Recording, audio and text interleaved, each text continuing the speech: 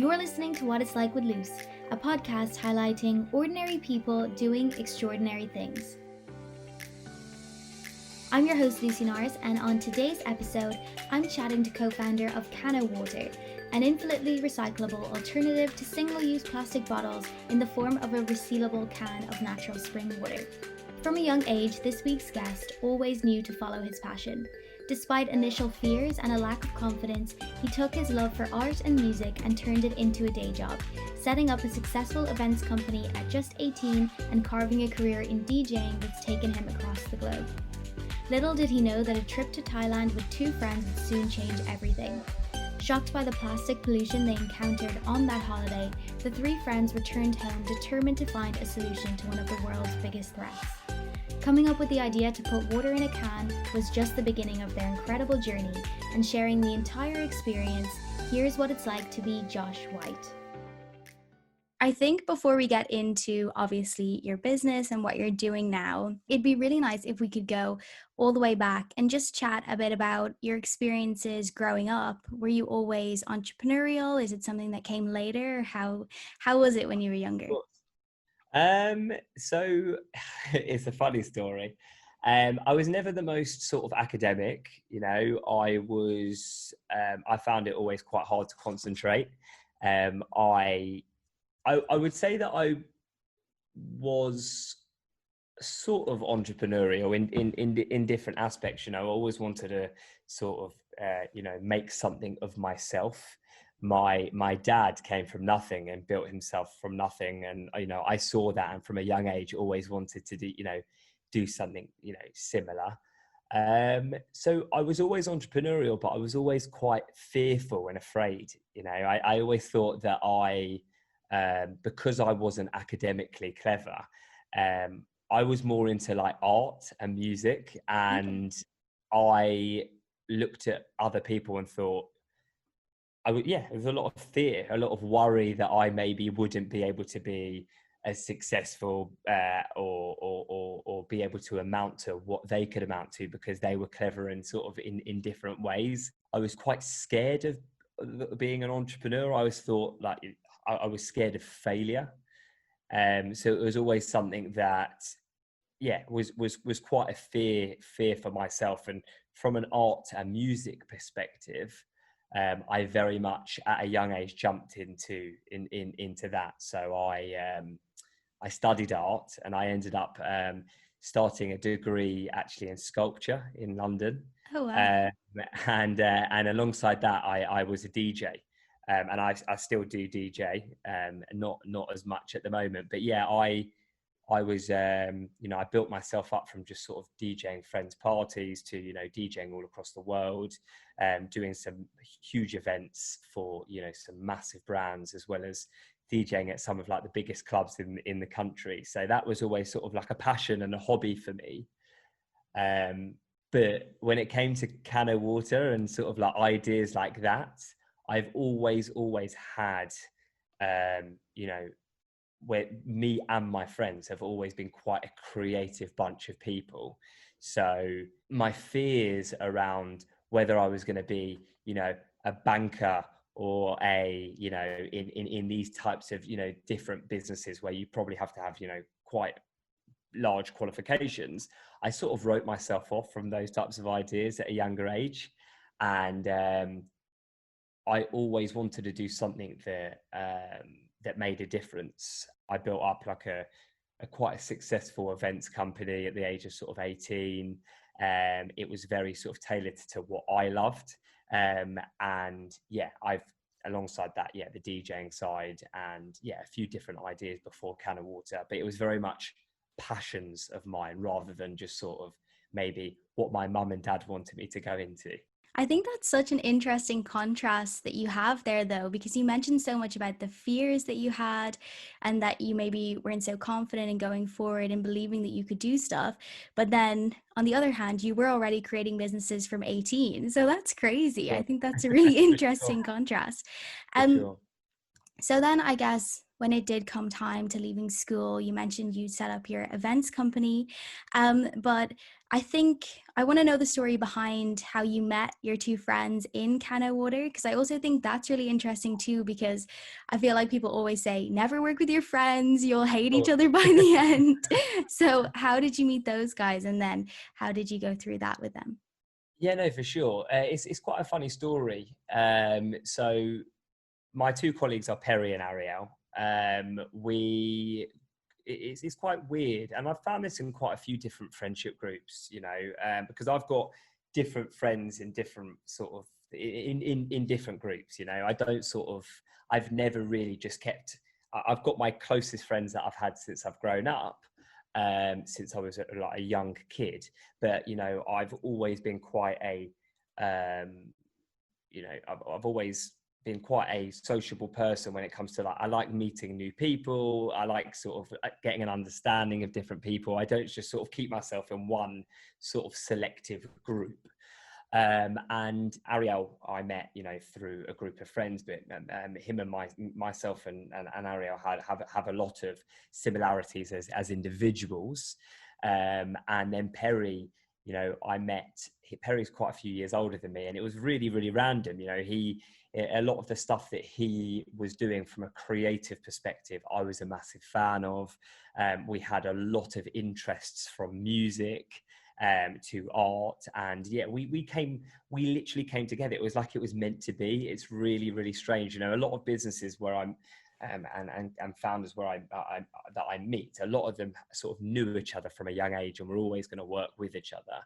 But it was with us three, it sort of felt as if we were pulled together as, to do something. It's really, really strange. And throughout the whole of CanO Water, I've always found that everything has sort of come together in a really weird sort of sequence of events, which is, I mean, we can go obviously into the story of how it all began, but it's, when it comes to sort of us three, we've all got very, very different strengths. I genuinely believe that, without, if Perry wasn't involved, or if I wasn't involved, or if Ariel wasn't involved, you wouldn't have the CanO Water, that you see today. All different components have sort of come in play to build this, this really, really great product. And it's funny that you asked me about my childhood and the type of person that I am, because, canned water is a very, very obvious thing. One of the main things that people say, and have always said since day one, is, oh, I thought of that idea, or, why didn't I think of that idea? It's so easy. And the truth is that you're right. It is an easy idea. We're not reinventing the wheel. We haven't created something, that isn't already there. We've already got water, we've already got cans. But I think 99% of people that would have heard the idea at the beginning, and I'm sure we're not the first people ever to have spoken about canned water, but I think 99% of people just would turn around and say, it's a stupid idea, let's go on to the next one. We were very much not to like that. We were very much like, this is great. And I think it does take, strange lunatics to just turn around and say, you know what, we are actually gonna, we're gonna do this. We're gonna be the first people in the world to actually go on this journey. Because I think that anyone before us that had tried, it didn't work. And I think that a lot of it was fear, and as I said before, growing up, there was a lot of fear. And over the years, I've sort of learned how to channel that fear. And, from the beginning of CanO Water, the one thing that I've really, really learned is, there are a lot of doubters, and there are a lot of people that a lot of non-believers. The day that the idea came about, I thought to myself, are we making, is this something that we're actually going to do? And I think that you sense check quite a bit with, people around you. So your family, your friends, they were our first ever sort of market research. And, they didn't get it. They didn't understand it. the story came about where we went to Thailand just on a normal holiday as three friends. And we stumbled across a remote island on a trip to Phi Phi in Thailand.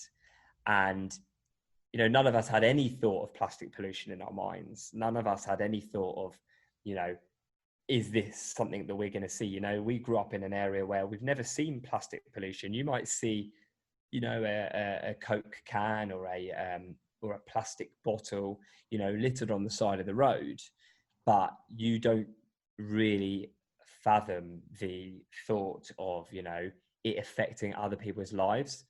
And, on this trip, we were literally flabbergasted by the amount of plastic that we saw of businesses that we all grew up. We loved, I was a big fan of Evian, I was a big fan of Coca-Cola.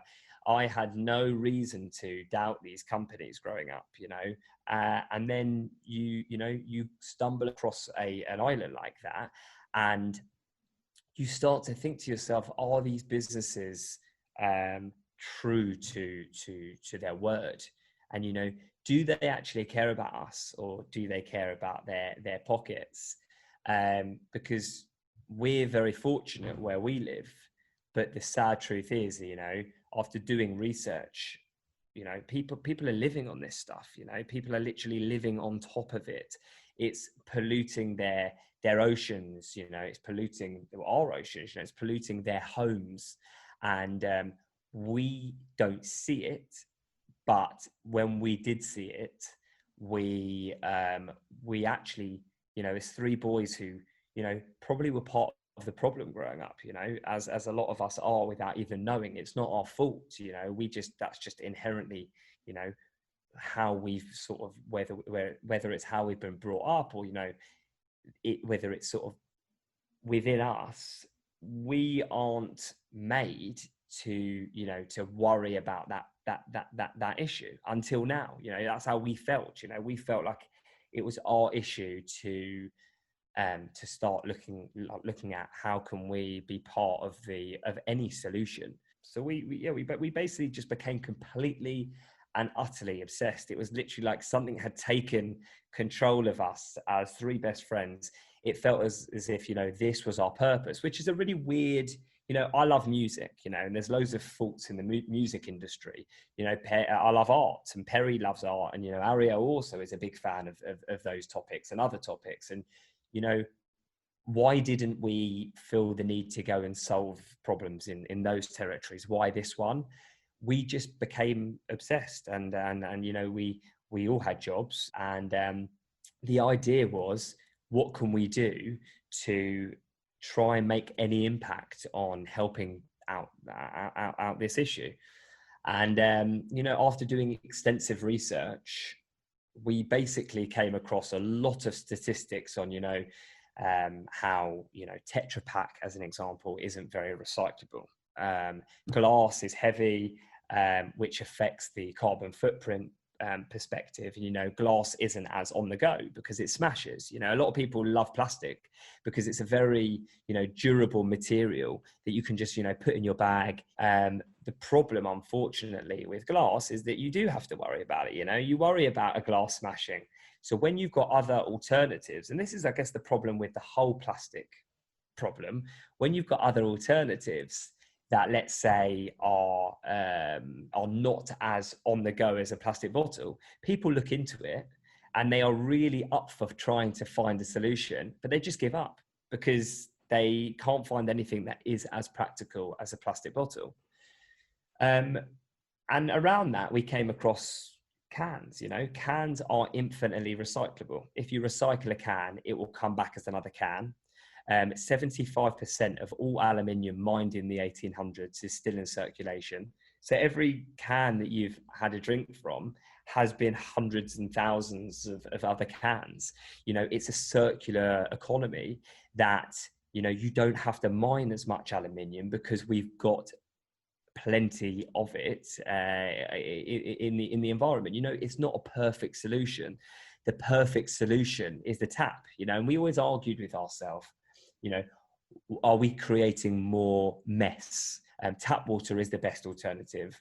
But you know what? As three people who, you know, have didn't care as much, you know, there are a lot of people that care, you know, and they're the people that will happily use, you know, a flask and will wait to get, you know, tap water. And they don't care if they're without water. They will wait until they can get their tap water. But there are a lot of people, and we're talking about millions and millions and millions of people who unfortunately don't have that mentality. You know, they are all about convenience. And if we're going to try and tackle one of the biggest threats to our planet, we can't just expect hundreds of millions of people to just buy reusable flasks, never forget them, always have access to tap water.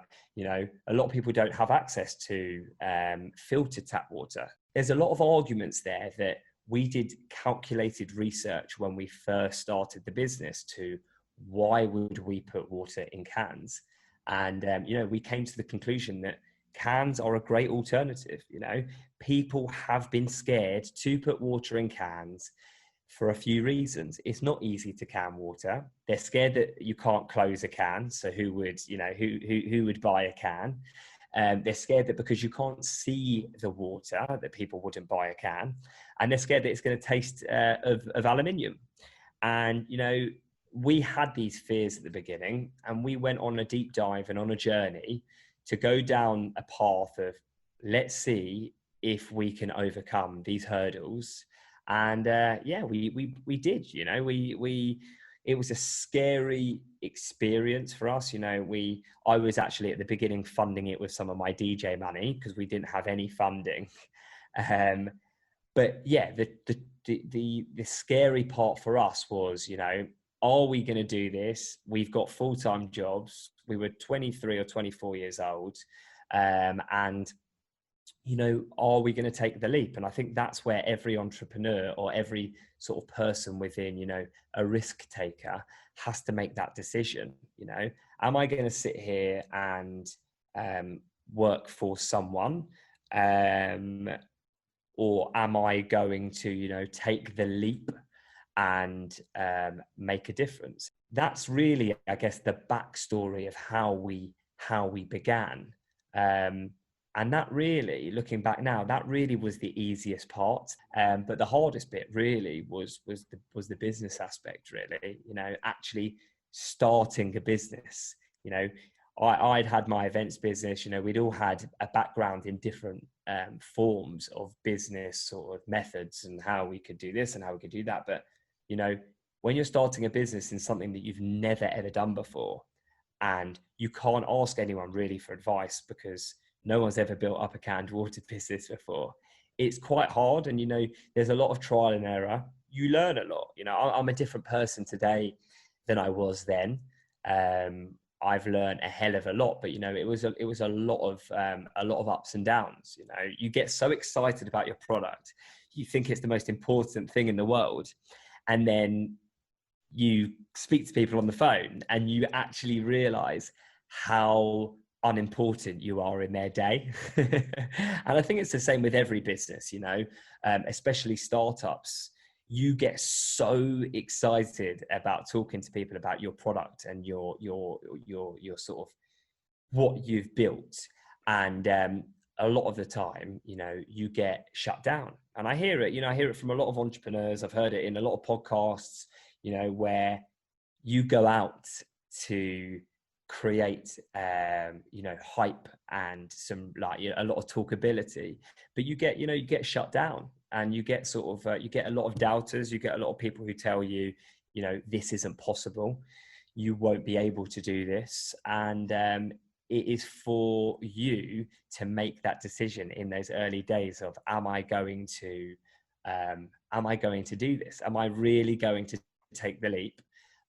Because it really isn't for the faint-hearted. You know, at the beginning, I'm a much stronger person now, but at the beginning, you know, you would take things really personally. You know, this is your baby. And when you call up someone and say, you know, I've got this great canned water, we're doing things for the planet, and, you know, this is the future. You know, we were never, ever, ever told, you know, we were never, at the beginning, you know, we were always sort of, you know, laughed at. In all honesty. We were always told, this is silly, this isn't going to work. You know, the big plastic bottle companies and Coca-Cola will just, you know, eat you alive. Don't even get involved in it. The bottled water market is too big for you guys to even, you know, even step into. So it was, you know, it was a really, really scary sort of few years. You know, we had some amazing wins. We had Selfridges who got rid of all of their plastic bottles, which was incredible for us. We had Whole Foods, and you know, these were incredible wins for us. We sponsored London Fashion Week. We were the water at Vanity Fair Oscars party in LA. Wow. You know, we had incredible wins, but there was still something there where we felt like, you know what, we're not making a dent. You know, we are working with some incredible people, but if we want to, you know, if we want to be like, make something special, we need to, you know, we need to work harder. We need to speak to more people. We need something to change. And we spent 3 years, literally 3 years, doing everything we can. And, you know, we were selling, you know, thousands of cans, but it wasn't big volumes. And one day, and I'll never, ever forget it, I was at home and I got a call from a friend of mine saying, "Oh, have you watched David Attenborough on Blue Planet?" It's like, it's incredible, and it's so sad. There's a whale that's been killed, and they found plastic inside the whale, and everyone's talking about it. Go on Twitter, go on Instagram. Everyone's talking about this episode on Blue Planet. And I've always been a massive fan of David Attenborough. All three of us have. And yeah, literally the day after that Blue Planet episode, honestly, the day after, we must have had about 400 calls and emails from, oh my gosh, all these businesses emailing us. You know, this seed had been planted. You know, the 3 years of work that we had done. It felt as if we hadn't wasted our time, and we were getting calls from some huge wholesalers and some huge businesses in the country saying, you know, when you called us, you know, we didn't really understand it. You know, we've now done our research, and you know, we can see that cans are infinitely recyclable. We've done research on all different types of packaging, and you know, everything that you said was right. And from that day on, you know, I would say that was when CanO Water was born. And, you know, I have conversations with people and they say to me, like, what advice can you give to any sort of entrepreneur? And that is that don't give up, you know, attitude, because I think a lot of people, they give up.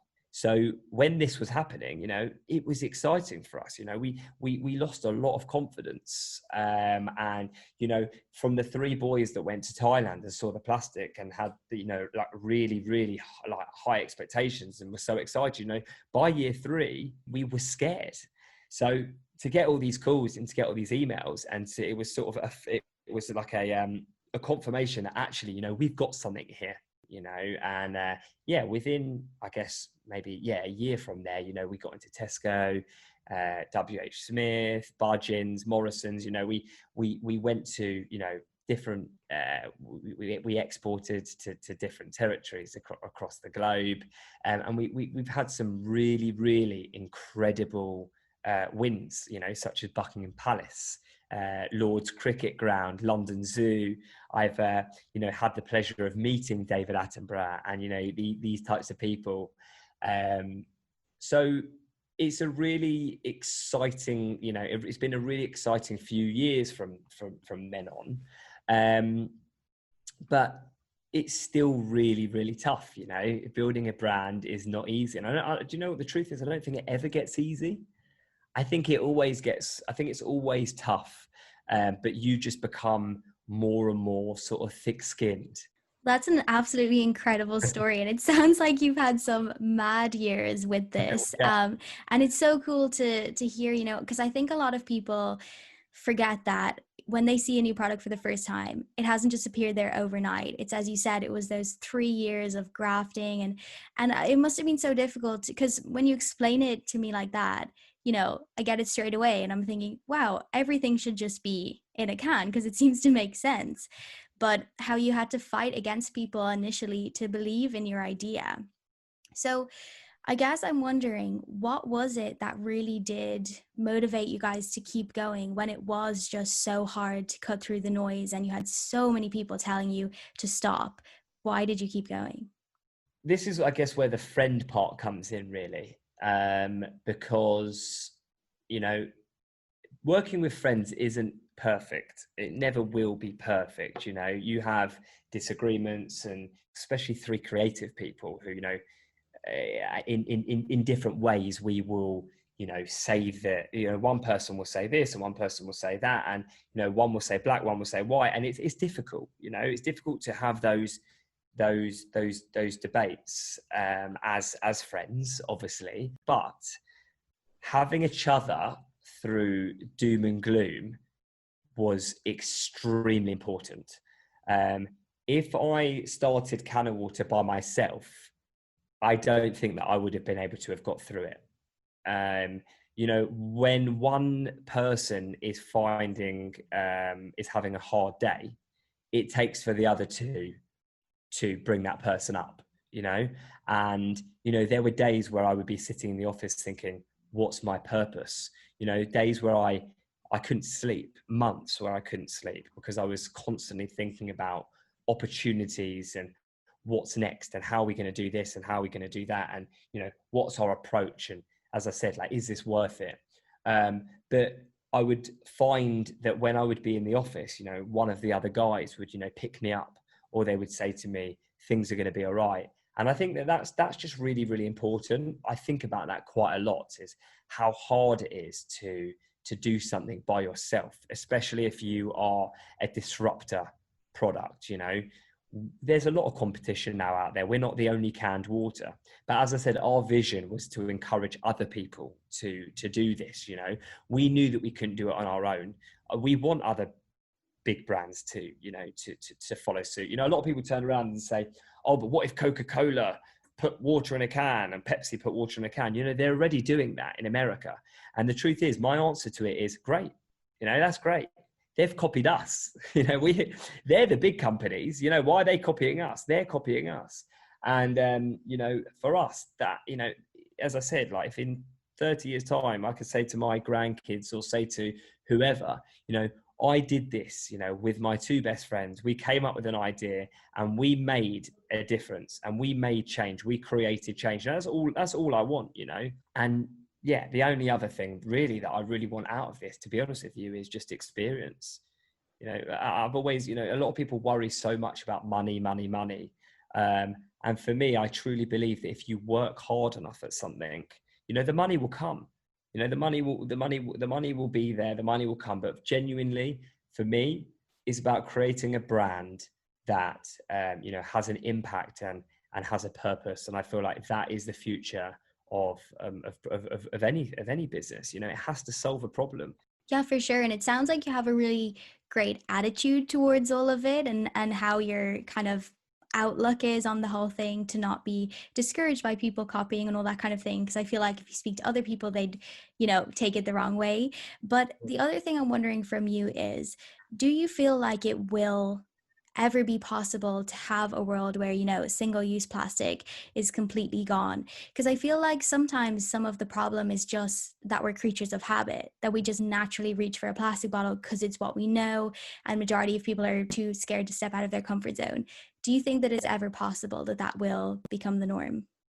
So I think that it's completely unrealistic to say that we'd be without single-use plastic, because in some aspects, single-use plastic is important, you know, in healthcare, you know, in different places. You know, for us right now, our combat is, you know, single-use plastic water bottles.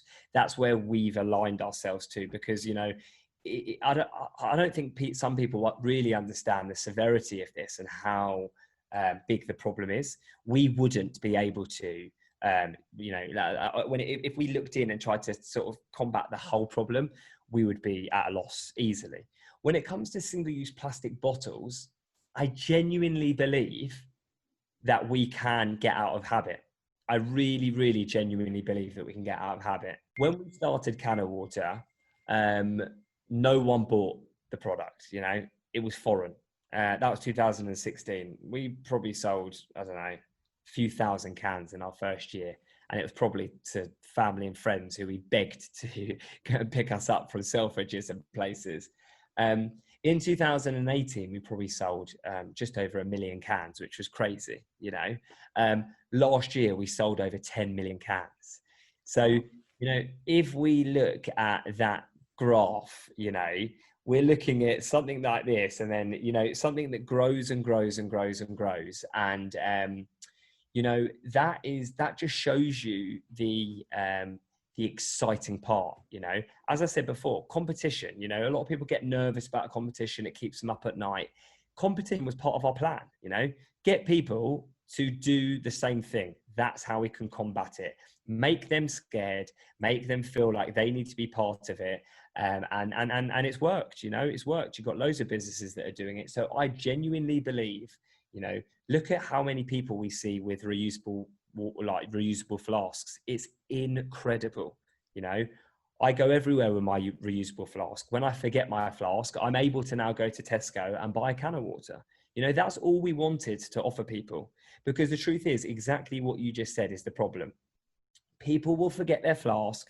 They'll go to the supermarket. They won't have a choice. They'll buy a plastic bottle because it's convenient. And then that's it. You know, talking about convenience, you know, one thing that I've completely missed that is a massive part of CanO Water, you know, is our resealable lid. You know, we've got a resealable product. When we first looked at our fears of why people wouldn't drink water in a can, you know, people are used to grabbing their plastic bottle, closing it and putting it in their bag. So the resealable lid, we found an amazing resealable lid. It was the only one on the market that actually really sort of worked. It was the only one in the market that felt good. It was the only one in the market where we didn't cut our lip on.